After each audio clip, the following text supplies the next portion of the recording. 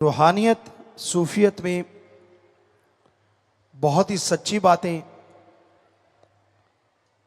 बहुत ही असलियत से भरपूर बातें इंसान को सुनने की मिलती हैं। आज का दौर घोर कलयुग का दौर है। इस दौर में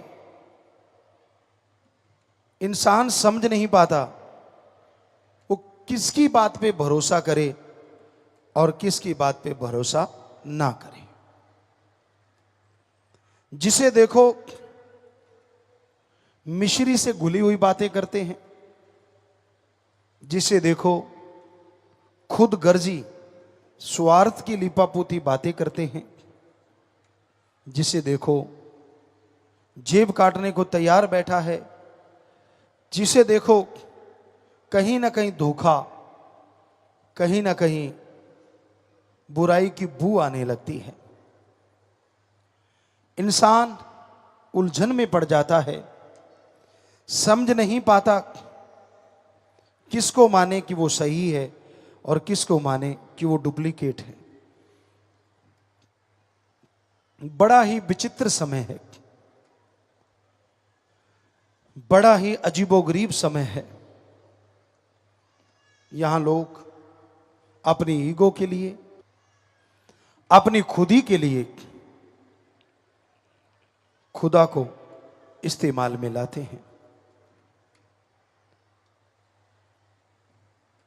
पहले ये सुना करते थे बुजुर्गों से, कोई किसी पे एक एहसान कर देता था तो लोग सारी जिंदगी उस एहसान तले दबे नहीं रहते थे, उस एहसान तले दोस्ती का निर्वाह किया करते थे। उनकी मित्रता, उनकी दोस्ती बढ़ती जाती थी। और आज एक नहीं लाखों एहसान कर दिए जाएं, कलयुगी इंसान की सुई वहीं की वहीं रहती है। जब अपना मतलब हल करवाना हो, जब उल्लू सीधा करना हो, जब अपनी वाहवाह करवानी हो, जब जरूरत हो, तो लोग अपने मां बाप से रिश्ता रखते हैं, वरना मां बाप को भी मां बाप की तरह नहीं समझते। हम ये नहीं कहते कि सभी ऐसे हैं, पर पूरी जनसंख्या के अनुसार हमें जो लगता है ज्यादातर लोग ऐसे ही हैं। स्वार्थ है तो राम राम, स्वार्थ है तो सलाम, वरना कोई किसी को बुलाना नहीं चाहता। उम्र इंसान को बहुत कुछ सिखा देती है, जो ना तो पढ़ाई सिखा सकती है, ना कोई टीचर मास्टर लेक्चरर सिखा सकता है। उम्र एक ऐसी चीज होती है, ज्यों ज्यों गुजरती है, ज्यों ज्यों राही रास्ते में जुड़ते चले जाते हैं, त्यों त्यों पता चलता चला जाता है कौन सा राही कैसा है। पंजाबी च एक कहावत है, आदमी दा पता चलता है राह पिया या बाह पिया। मतलब कहीं रास्ते पे चल रहे हों तो पता चलता है, या फिर किसी से व्यवहार किया जाए तो पता चलता है, वरना आप कैसे पता कर लोगे कौन आदमी कैसा है।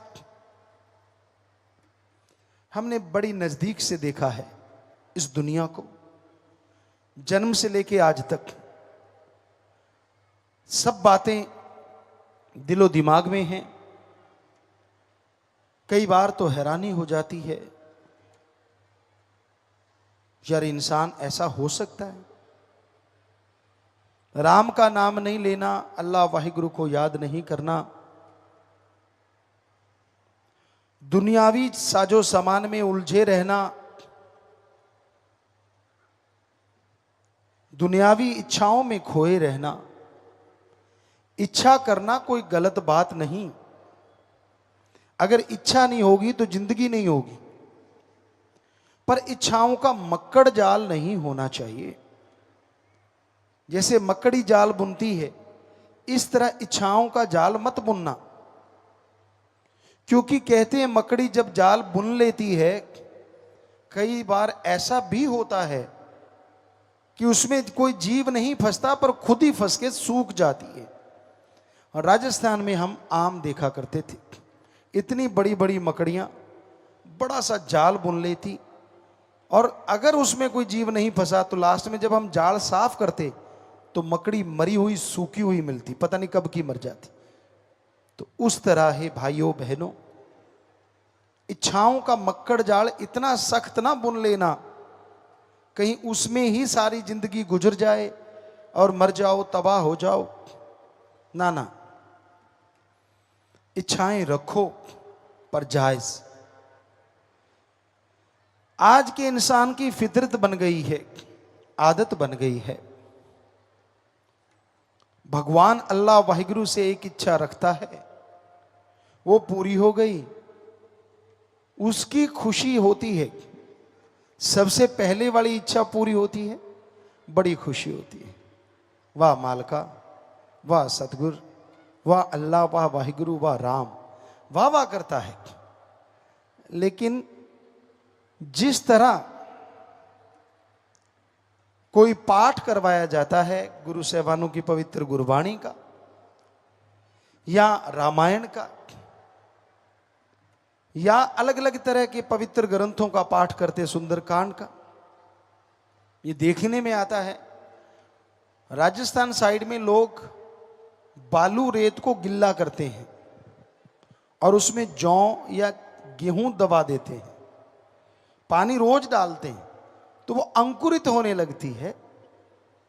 उसी तरह इंसान की एक इच्छा पूरी होती नहीं कि काम वासना क्रोध लोभ मोह अहंकार मन माया की वजह से 10 इच्छाएं और अंकुरित होना शुरू हो जाती हैं।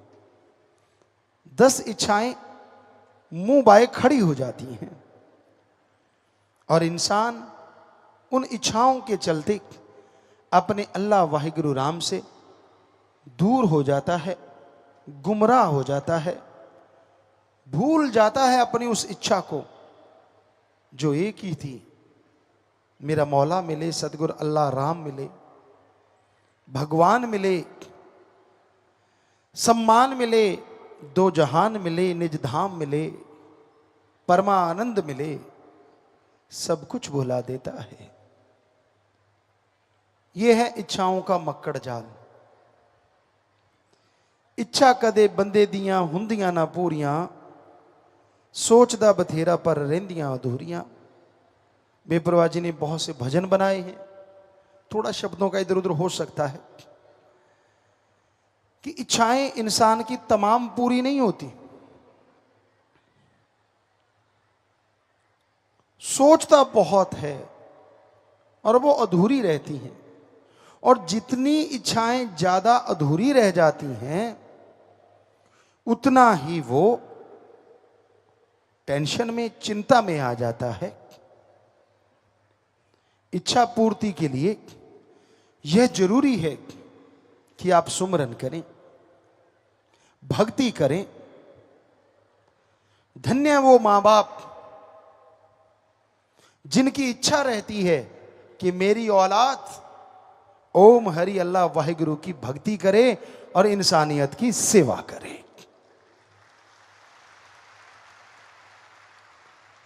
दो तरह के लोग पाए जाते हैं, एक जिनकी इच्छा होती है परमार्थ में चरम सीमा पे पहुंचना कि मैं भक्ति करूं, सेवा करूं, मेरी औलाद नेक भली बने, तो उनको चाहिए खाना जो भी घर में सुबह से रात तक बनता है वो सुमरन करके बनाते रहो। यकीनन ये इच्छा मालिक कबूल मंजूर कर लेंगे और नजारे दिखा देंगे। एक काइयां आदमी होते हैं, बड़े चालाक, उनको होता है कि मेरे से प्यार बढ़े, मालिक से कम हो जाए तो वो शुक्र गुजारते हैं।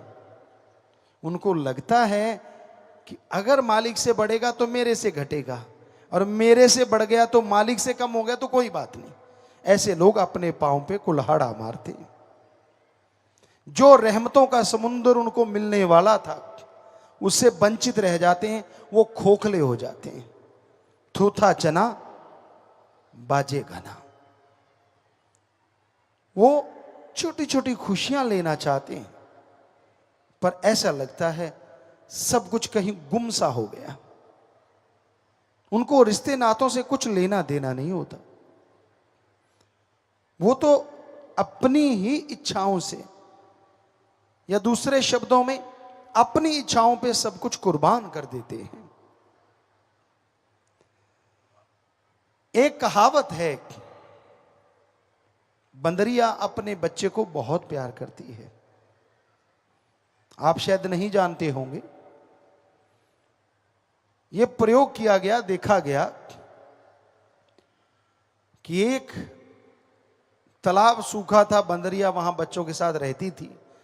एकदम से फ्लड आया, वो निकल नहीं पाई, पेड़ पे चढ़ गई, पेड़ डूबने लगा। बच्चा छोटा था, उसने घुटने तक बच्चा था, बच्चे को उठाया, अपने सिर पे बिठा लिया, लेकिन पानी चढ़ना बंद नहीं हुआ।